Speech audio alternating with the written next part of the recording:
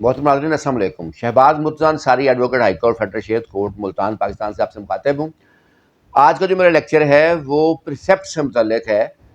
आज हम इस बात को डिस्कस करेंगे कि डिग्री क्या होती है और दरख्वास्त इजरा डिग्री क्या है और प्रिसेप्ट क्या होता है और उन तमाम में क्या फ़र्क होता है। फिर हम ये भी चीज़ डिस्कस करेंगे कि क्या प्रिसेप्ट में कोर्ट को मदयून डिग्री की गिरफ्तारी के वारंट जारी करने का अख्तियार होता है।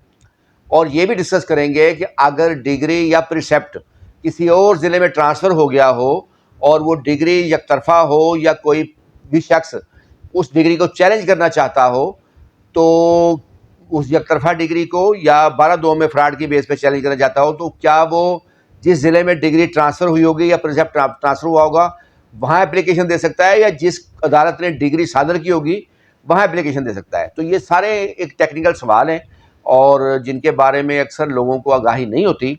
तो मैंने सोचा कि आज इस अहम टॉपिक पर जो है वो इसको डिस्कस किया जाए कि ये तमाम मामलात क्या होते हैं। तो अगर आप लोगों ने अब तक मेरे YouTube channel Shahbaz Murtaza Ansari advocate को सब्सक्राइब नहीं किया तो काइंडली इसको सब्सक्राइब कर लें। और मेरे व्यूवर्स की तादाद तो ठीक होती है, लेकिन जो मेरे सब्सक्राइब करने वालों की तादाद अक्सर कम होती है। तो इसलिए काइंड सब्सक्राइब किया करें ताकि लोगों को भी और दीगर लोगों को शेयर कर दिया करें ताकि उनको भी मेरी वीडियोस मिल सकें। कोशिश करता हूं कि आप लोगों को सादा से अल्फाज में आपके राइट्स के बारे में आगाह कर सकूं और जो कानून हैं, कवानीन हैं जो आपको अदालतों में मसाइल पेश आते हैं उनके बारे में आपको आगाही हो सके। सबसे पहले तो डिग्री क्या होती है? डिग्री होती है कि पूरा केस जब कोर्ट आप फैसला करती है, मतलब दावा जवाब दावा शहादतें आती हैं, उसके बाद कोर्ट एक जजमेंट पास करती है। जजमेंट को फैसला होता है कोर्ट का, यानी उसमें कोर्ट डिटेल से डिस्कस करती है कि ये दावा था, ये जवाब दावा आया, ये इश्यूज थे, ये शहादतें आई और उसके बाद कोर्ट का ये फैसला है। एक तफसीली होता है। उसके साथ एक पर्चा डिग्री होता है, जो डिग्री शीट जिसे कहते हैं। असल पर्चा डिग्री में मुख्तसर जो डिग्री कोर्ट ने की होती है, यानी जो रिलीफ दिया होता है या जो फैसला किया होता है, उसका मुख्तसर अहवाल होता है। यानी कोर्ट ने किसके हक में क्या चीज़ का फैसला दिया तो वो उसका हवाल होता है। यानी अगर खारिज भी हो वो भी पर्चा डिग्री होगा और मंजूर हो वही पर्चा डिग्री होगा, लेकिन उसमें मुख्तसर अहवाल होता है। यानी जजमेंट में तफसीली फैसला होता है, हर चीज़ डिस्कस होती है।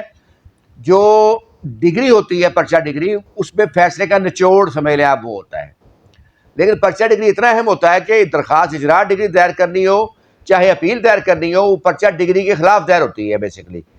तो इसलिए अगर कोई अपील में सिर्फ जजमेंट लगा दे, फैसला लगा दे और पर्चा डिग्री ना लगाए तो अपील मेंटेनेबल नहीं होती। और अगर कोई इजरा दरखास्त इजरा डिग्री दायर करता है, उस इजरा डिग्री में वो सिर्फ फैसला लगा दे, वो दरखास्त इजरा डिग्री मेंटेनेबल नहीं होगी, क्योंकि उसके साथ जो है वो पर्चा डिग्री लगना ज़रूरी होता है। इजरा भी पर्चा डिग्री खिलाफ होता है, अपील भी पर्चा डिग्री खिलाफ होती है। पर्चा डिग्री इतना अहम होता है। अच्छा, अब जब कोर्ट डिग्री कर देती है तो फैसले में कोर्ट सिर्फ डिसाइड करती है कि किसी शख्स का क्या राइट है। जैसे एक शख्स ने दावा दायर किया 50 लाख हर जाने का, तो कोर्ट ने डिग्री कर दिया और उसको करार दिया कि ये 50 लाख लेने का हकदार है। या कोई मुआदा बै का केस है तो उसमें कोर्ट ने ये डिसाइड कर दिया कि ये शख्स जायदाद मालिक से लेने का हकदार है, या जो है उसका दावा खारिज कर देते हैं तो वो उसमें होता है कि इसका दावा खारिज हो गया। इस तरह हकमैर वगैरह होता है, खर्चा होता है, उसमें कोर्ट डिसाइड करती है कि कितना खर्चा बच्चा लेने का हकदार है या उसकी माँ लेने की हकदार है या हकमैर कितना लेने की हकदार है। ये हो गया फैसला। इजरा डिग्री होता है उस फैसले पर अमल दरामद की कार्रवाई करना, दूसरा स्टेप होता है वो। सो डिग्री हो गया, कोर्ट जो है लोगों के जो इश्यूज होते हैं, जो मसाइल होते हैं, उनको जब सॉल्व करती है या उन डिस्प्यूट्स का फैसला करती है, वो फैसला या पर्चा डिग्री का कहलाता है। और उस पर फिर फैसले पर अमल दरामद की जो कार्रवाई होती है उसको कहते हैं दरखास्त इजरा डिग्री। तो उसमें ज़ाब्ता दीवानी के अलग सेक्शन मौजूद है और फैमिली एक्ट का अलग सेक्शन इस पर मौजूद है, तो जिसके तहत कार्रवाई इजरा होती है। कार्रवाई इजरा डिग्री में कोर्ट को मुख्तलिफ अख्तियार हासिल होते हैं। कोर्ट डिग्री पर अमल दरामद करवाने के लिए मदयून डिग्री को जेबी भेज सकती है 1 साल तक के लिए उस एक डिग्री की मद में। इसके अलावा अगर मदयून डिग्री के नाम कोई जायदाद है तो उसकी नीलामी कुर्की भी हो सकती है। इसके अलावा मदयून डिग्री अगर कोई सरकारी जॉब है, उसकी तनख्वाह वगैरह है, कोर्ट उसकी तनख्वाह को कुर्क कर सकती है, अटैच कर सकती है। अगर उसने कोई श्योरिटी दी हुई है, कोई ज़ामन दिया हुआ है तो कोर्ट ज़ामन के खिलाफ भी वही कार्रवाइयाँ कर सकती है। इस तरह दीगर जो कार्रवाइयाँ करने का अदालत के पास अख्तियार मौजूद होता है। डिग्री पर अमल दरामद कराना होता है कोर्ट ने। तो इसलिए होती है दरखास्त इजरा डिग्री। अच्छा, कभी कभी ये होता है कि अब खातून कराची की है, उसने कराची में केस दायर कर दिया और डिग्री करवा लिया, दावा डिग्री हो गया। इजरा भी वहीं दायर करेगी जहाँ की डिग्री होगी, यही कानून है, वो वहीं इजरा दायर कर देगी। अब जो मदयून डिग्री है वो फर्ज करें मुल्तान रहता है, जिसके खिलाफ डिग्री हुई है, या उसकी जायदाद मुल्तान में है, ठीक है, तो फिर कराची में तो उसकी कोई चीज़ नहीं है, कोई जायदाद प्रॉपर्टी नहीं है। कोर्ट की पहली कोशिश होती है कि मदयून डिग्री को मजबूर करे कि वो रकम अदा करे, या जो भी डिग्री उसके खिलाफ है, या फिर बसूरत डिग्री उसके नाम की प्रॉपर्टी है तो वो उसको अटैच करके नाम करके रकम दिलवाई जाए। प्रॉपर्टीज की भी दो किस्में होती हैं, एक होती है मूवेबल, एक होती है मूवेबल। जो मूवेबल होती है उसमें जो हरकत कर सकती है प्रॉपर्टी, जैसे कि रकम है, बैंक अकाउंट्स वगैरह आ सकते हैं उसमें, उसमें गाड़ी आ सकती है, मोटरसाइकिल आ सकती है, कोई भी चीज़। और इमूवेबल प्रॉपर्टी है, प्लाट है, मकान है, इस तरह कोई भी चीज़ जो ज़मीन से जुड़ी हुई है जो है वो उसे इमूवेबल प्रॉपर्टी कहा जाता है। इसलिए दोनों प्रॉपर्टीज़ को कोर्ट को अख्तियार होता है कि वो उसको अटैच कर सकती होती है। कई दफ़ा फिर ऐसे होता है कि जब कोर्ट देखती है कि जिस शहर की डिग्री है, ये जहाँ इजरा दायर हुई है, वहाँ पर मदयून डिग्री की कोई जायदाद नहीं, मदयून डिग्री की जायदाद किसी और शहर में है, तो कोर्ट एक प्रिसेप्ट बनाकर उस शहर में भेज देती है। वो अलग से एक फ़ाइल सी तैयार होती है और वो उस शहर में चली जाती है। बुनियादी डिग्री और इजरा डिग्री उसी कोर्ट के पास रहता है जिसने सादर किया हो। वो उसका एक परत कुछ होती हैं, वो बना के उस पर अमल दरामद कराने के लिए भेज देती है। अच्छा, प्रिसेप्ट में कई बार ये भी होता है कि जजेस रात वारंट गिरफ्तारी भी जारी कर देते हैं मदयून डिग्री के।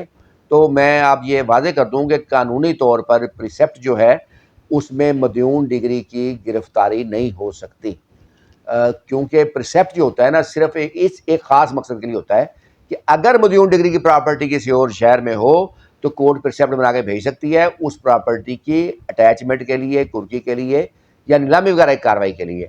तो प्रिसेप्ट का कानून क्या है, मैं आज आपको वो पढ़ के सुनाता हूँ ताकि चीज़ें क्लियर हो सके प्रिसेप्ट के बारे में। सेक्शन है जी 46, और इसको जो है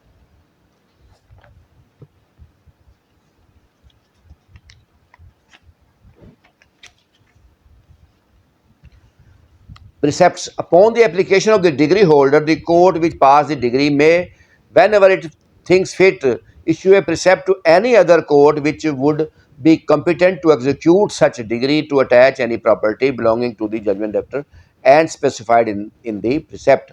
The court to which a precept is sent shall proceed to attach the property in the manner prescribed in regard to the attachment of property in execution of a degree, provided that no attachment under a precept shall continue for more than 2 months, unless the period of attachment is extended by an order of the court which passed the degree, or unless before the determination of such attachment the degree has been transferred to the court by which the attachment has been made and degree holder has applied for an order for the sale of such property. तो इसमें जो चीज़ें वाज़ेह हुई, एक तो ये है कि ये प्रिसेप्ट प्रॉपर्टी की बाबत होगा, और एक ख़ास शहर में जब कोर्ट भेजेगी तो सिर्फ प्रॉपर्टी के अटैचमेंट के लिए भेज सकती है। दूसरा, 2 माह से ज़्यादा अटैचमेंट नहीं रह सकती जब तक कि डिग्री सादर करने वाली कोर्ट जो है वाज़ेह आर्डर के ज़रिए उसको एक्सटेंड ना करे टाइम को। तो इसलिए ये तो बात वाज़ेह हो गई कि 46 में सिर्फ प्रिसेप्ट में प्रॉपर्टी अटैच हो सकती है, मदयून डिग्री के खिलाफ कोई कार्रवाई नहीं हो सकती। हाँ, एक और चीज़ है कि बाज़ दफ़ा कोर्ट जो है मुकम्मल डिग्री ही सेंड कर देती है, भिजवा देती है दूसरे ज़िले में जहाँ मदयून डिग्री रहता हो या जहाँ उसकी प्रॉपर्टी हो, और डिग्री और इजरा डिग्री दोनों भिजवा दी जाती हैं। ये सेक्शन 39 और सेक्शन 40 के तहत कोर्ट को अख्तियार देता है जिस कोर्ट ने डिग्री सादर की हो कि वो दरख्वास्त इजरा डिग्री और डिग्री जो है उस ज़िले में भिजवा सकती है जहाँ मदयून डिग्री रहता हो। उस सूरत में जो कोर्ट होगी जहाँ डिग्री या जो इजरा भिजवाया गया होगा, उस कोर्ट को ये वसी अख्तियार होगा, मुकम्मल इजरा का अख्तियार होगा कि वो उसकी गिरफ्तारी भी कर सकती है, मदयून डिग्री की आर्डर कर सकती है, और उसकी प्रॉपर्टी की नीलामी कुर्की का भी कर सकती है। तो ये तमाम अख्तियार होंगे। फ़र्क ये होगा, यानी अब अगर प्रिसेप्ट भेजा है सिर्फ कुर्की अटैचमेंट हो सकती है, अगर मुकम्मल डिग्री और इजरा भेजा है तो कोर्ट को तमाम अख्तियार हासिल होंगे। अब एक और सवाल है, बाज़ दफ़ा डिग्री एक तरफा होती है या बाज़ दफ़ा डिग्री में कोई थर्ड पर्सन एग्रीव्ड होता है जिसका हक कोई मुतासर हुआ होता है और वो दरख्वास्त 12 तो देना चाहता है, या जो एक तरफा डिग्री है तो मुद्दा या मदयून डिग्री दरख्वास्त मनसूखी डिग्री देना चाहता है। आर्डर 9 रूल 13 के तहत भी हो सकती है, फैमिली एक्ट के अपने दफात हैं। तो वो देना चाहता है, तो क्या वो किस कोर्ट में देगा? क्या वो उस कोर्ट में देगा जहाँ डिग्री ट्रांसफ़र होकर गई है या जहाँ प्रिसेप्ट गया है, तो या उस कोर्ट में देगा जिसने डिग्री सादर की है? तो इसमें जो कानूनी पोजीशन वो ये है कि डिग्री की मनसूखी की दरख्वास्त उसी कोर्ट में दी जाएगी जिस कोर्ट ने डिग्री सादर की होगी। यानी अगर कराची की डिग्री है तो बेशक इजरा डिग्री या डिग्री ट्रांसफ़र होकर मुल्तान आ गई है, फैसलाबाद चली गई है, सखर चली गई है, या जो डिग्री है वो उसका प्रिसेप्ट किसी और शहर चला गया है, तो वहाँ मदयून डिग्री को इल्म हुआ है कि जी मेरे खिलाफ डिग्री है, तो वो उसको उसी शहर में जाकर दरख्वास्त मनसूखी डिग्री देनी पड़ेगी जिस कोर्ट ने डिग्री सादर की होगी, जहाँ ट्रायल हुआ होगा, जहाँ शहादतें वगैरह हुई होंगी, जहाँ उसके खिलाफ डिग्री हुई होगी। तो उम्मीद है कि मेरी आज की जो वीडियो है वो भी आप लोगों को पसंद आई होगी। एसएनएल एसोसिएट्स की सर्विसेज पाकिस्तान के 49 शहरों में मौजूद हैं। आपका तलब किसी भी शहर से आप हमारी सर्विसेज ले सकते हैं। तमाम केसेस का जो ड्राफ्ट है वो मैं खुद तैयार करता हूँ, क्रॉस के सवाल भी खुद तैयार करता हूँ, बहस भी फाइनल या तो तहरीरी तौर पर भेजता हूँ या मैं खुद बहस करने के लिए जाता हूँ। तो आप कहीं भी सर्विसेज ले सकते हैं। इसके अलावा आप 2000 फीस अदा करके किसी भी अपने लीगल इशू पर मुझसे कानूनी मशवरा कर सकते हैं, टाइम ले सकते हैं। और उसके लिए आपने ये करना होगा कि आपके जहन में जो भी सवाल होंगे अपने कानूनी इशू से मुतल्लिक, वो आप पहले कागज़ में नोट कर लेंगे। फिर आप फीस अदा करने के बाद कॉल करके मुझसे अपने तमाम सवालों के जवाब एक ही कॉल के अंदर तफसीली तौर पर ले सकते हैं। तो उम्मीद है आपको मेरी ये वीडियो पसंद आई होगी। आप लोग मेरी वीडियो पसंद करते हैं, इसका शुक्रिया।